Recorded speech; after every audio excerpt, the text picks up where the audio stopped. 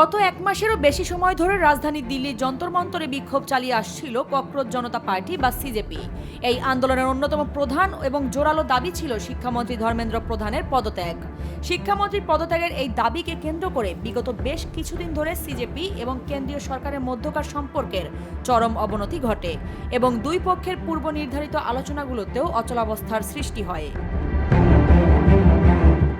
টানা এক মাসেরও বেশি সময় ধরে চলা তীব্র আন্দোলন ও রাজনৈতিক অচলাবস্থার মুখে পদত্যাগ করেছেন ভারতের কেন্দ্রীয় শিক্ষামন্ত্রী ধর্মেন্দ্র প্রধান।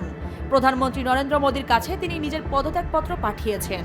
25 জুলাই দুপুরে সামাজিক যোগাযোগ মাধ্যম এক্সে দেয়া এক পোস্টে তিনি নিজেই এই তথ্য নিশ্চিত করেছেন।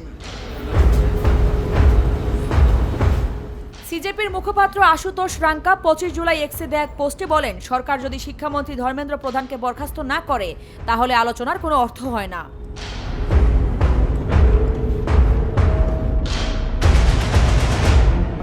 আশুতোষ আরও বলেন, ধর্মেন্দ্র প্রধানের পদত্যাগের বিষয়ে কোনো আপোষ চলবে না।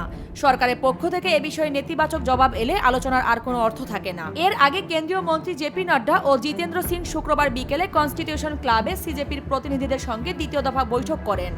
শনিবার বিকেলে তৃতীয় দফা আলোচনা অনুষ্ঠিত হওয়ার কথা রয়েছে।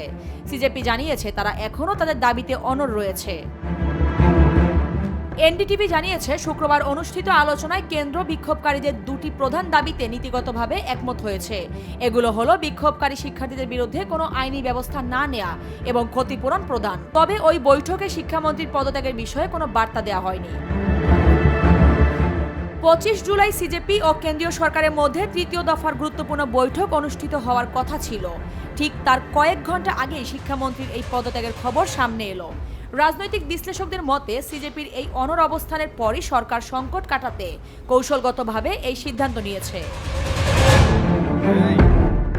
ধর্মেন্দ্র প্রধানের পদত্যাগের এই ঘোষণা ভারতীয় রাজনীতিতে এক নতুন মোড় এনে দিয়েছে। বিরোধী দলগুলো একে ছাত্র ও যুব সমাজের আন্দোলনের একটি বড় বিজয় হিসেবে দেখছে। তবে এই পদত্যাগের ফলে কেন্দ্রীয় মন্ত্রিসভায় যে শূন্যতা তৈরি হয়েছে তা পূরণে প্রধানমন্ত্রী নরেন্দ্র মোদী কি পদক্ষেপ নেন এবং সিজেপির সঙ্গে আজকের নির্ধারিত বৈঠকে কি সিদ্ধান্ত আসে।